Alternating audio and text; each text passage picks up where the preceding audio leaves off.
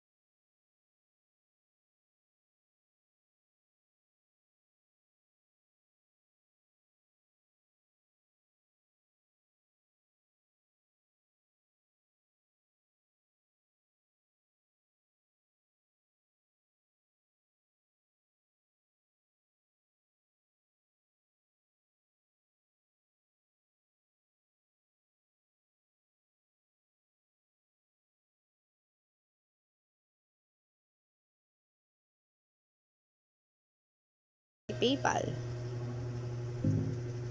Yan. Create a PayPal account. Click natin to. Ayan. So, punta tayo doon sa sign up now. Okay. Meron akong napanood na video tutorial na kung saan ang sabi niya doon, mas prefer dapat ang business account. Oo. Tama yung narinig nyo. Dapat business account, lalo na kung ang dahilan ng inyong paggawa ng PayPal account ay dahil nga dun sa mga online games na nagbabayad talaga through PayPal, o kaya kagaya ko, si Terlu.com, yung bumibili ako ng Bitcoin at pinapalit ko kay Terlu. Ayun. Dapat business account kasi pag personal account daw, um, pwedeng laging ma-hold yung pera na pumapasok sa'yo, lalo pat maraming iba't ibang nagpapadala sa'yo ng pera kay PayPal, kung personal account lang. Pero kung business account siya, ma-avoid mo na ma-hold lagi yung pera na pumupunta sa account mo. So, punta tayo sa next. Ayan. Ngayon, dito, sa business account, teka lang. At, ayan nga, nandito na tayo sa may business account na kung saan itatanong sa'yo, my primary use of PayPal is, ako ang nilagay ko ay both of the above. Ito kasi nakalagay doon. Yung una, receive payments for goods, services, send payments to suppliers, vendors, both of the above, I'm not sure. So, nilagay ko both of the above, receive and send payments. Tapos, sa pangalawang tanong, I'm looking to accept payments. Ang nilagay ko is via email, invoicing, or link. Kayo ang bahala kung anong gusto nyong ilagay dito. Kung on my website, kung may sarili kayong website, o kung kagaya nyo sa akin, via email, invoicing, or link. Or sa pangatlo, yung on marketplace or freelancer platforms, eBay, freelancer.com, or as a dropshipper. And last one, I'm not sure, none of the above. Ako ang nilagay ko via email, invoicing, or link. And then, my estimated monthly sales volume is, ang pinili ko ay yung less than $260, 1,000, or $260 a month. $260, $260,000 a month. Nabubulol pa. Ayun, yun yung pinili ko. So, next tayo. Ayan. So, loading lang yung si PayPal. Sign up for a business account. So, kunyari, ang pangalan ng email address na ilalagay ko dito, ito.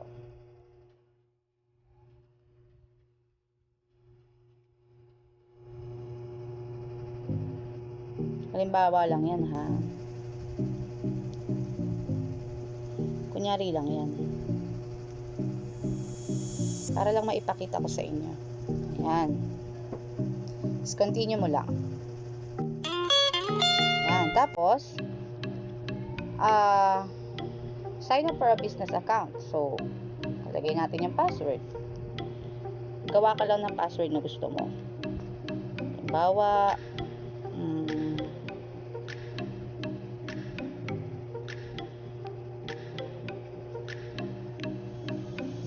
lang yan. Agree. Click natin yung, by clicking agree and continue, I agree to be bound by PayPal. Okay. Continue lang natin.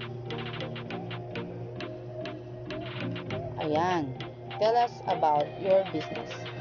So, we'll confirm your information to help keep your account secure. So, business contact, legal given name, legal surname. Ayan.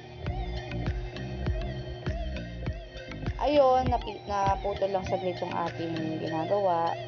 Napindot ko yung back, kaya nagkaroon ng ganyan, nagpula-pula.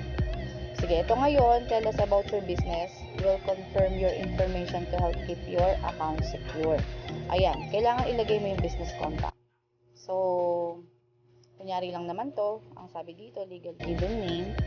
Okay, lagay natin, kunyari, pangalan natin, legal surname. Kunyari lang naman to, no? Tapos, ayan, organization or legal name. Kunyari lang, Rachel's Goods and Services.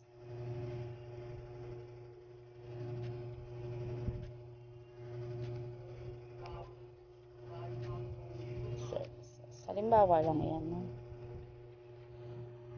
Tapos this is the name you want your customers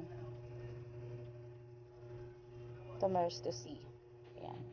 Tapos phone number, lagay ka lang ng kung ano dyan, talagang gusto mo na phone number na kung saan notify ka kagad pag kailangan. Kunyari lang naman to, 30 998. Kunyari lang naman. Tapos, business address, street name. Gawin natin to.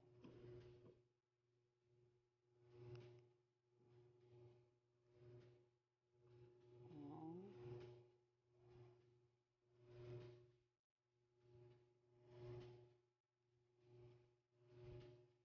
Tapos,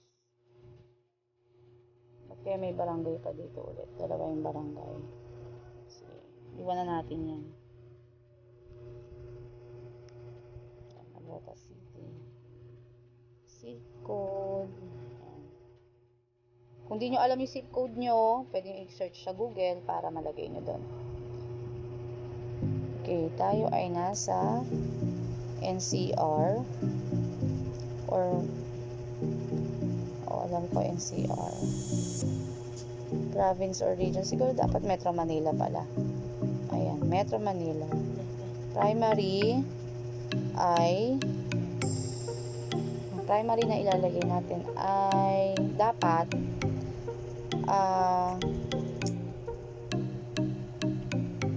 USD dollar. Ayun, US dollar.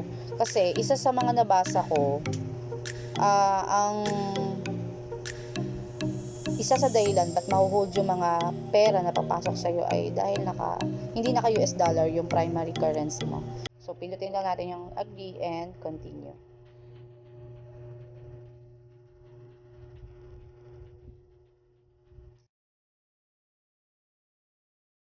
Ayan, napunta na tayo dito sa describe your business. So, pipili tayo ng business type dito. So, katulad nung sinabi ko kanina, goods and services, i-ano lang natin doon. Siguro, sole proprietor na lang. Individual or sole proprietorship.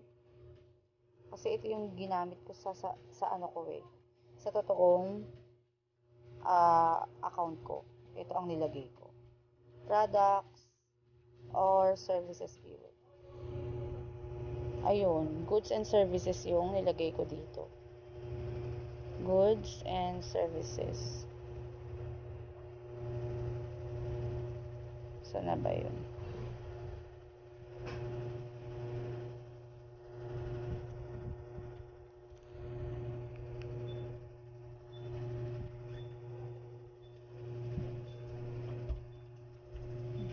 Hanapin lang natin, ha? Tignan natin.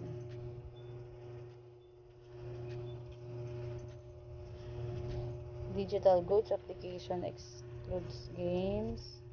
Pwede rin naman to, digital goods. Kung yan ang gusto ninyo. Hindi naman kasi yan kakalkalin pa ni PayPal. Kung yan nga ba talagang ginagawa mo o yan talaga yung business mo. Para lang maiiwasan natin na ma-question sa dami ng iba't ibang mag-send sa atin ng pera, lalo na kung ikaw nga ay nagbabalak rin kagaya ko na pumasok kay Turdo.com.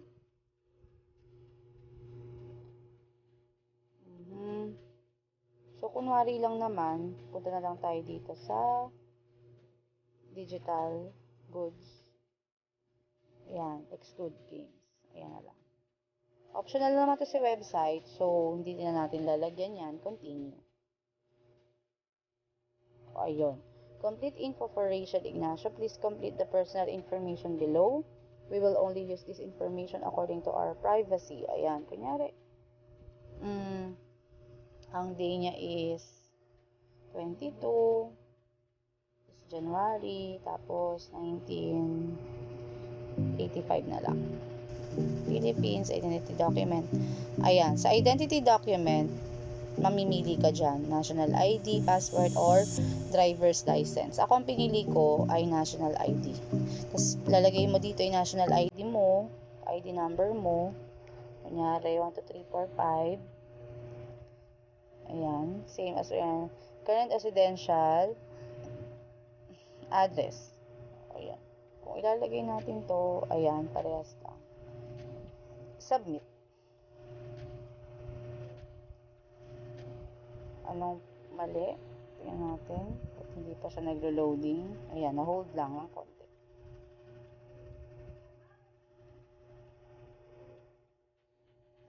Ayan, welcome to your PayPal business account. Get paid now.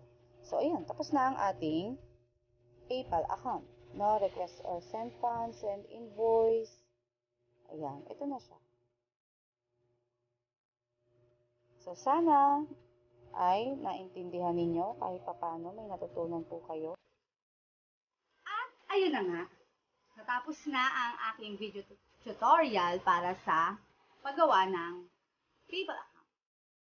Sana kahit papano natuto kayo, kahit medyo hindi pa ganon ka-smooth yung video tutorial ko kasi unang vlog ko ito kasi gusto kong i-share, gusto kong ibahagi sa inyo yung personal experience ko kasi gusto ko rin makatulong sa iba. Meron kasing mga tao na natatakot sila na gawin yung isang bagay kasi hindi nila alam talaga gagawin mula umpisa hanggang dulo. So, kaya ginagawa ko rin ito para ma-explore ko sa sarili ko kung ano nga ba yung mga nakikita ko rin sa internet na pwedeng pagkakitaan. Oo, walang masama naman kung susubukan natin. Pero, dapat mag-iingat. Yun yung huwag natin kakalimutan. Lalo ngayon, panahon ng pandemya, may krisis tayong kinakaharap. Hindi dapat tayo padapain ng mga pagsubok na ito. Pagkos, lalo nating ipakita kung gaano tayo katatag at mananatili tayong masaya sa kabila ng mga pagsubok na kinakaharap natin dahil kasama natin ang Diyos. Maraming salamat at manatili tayong ligtas.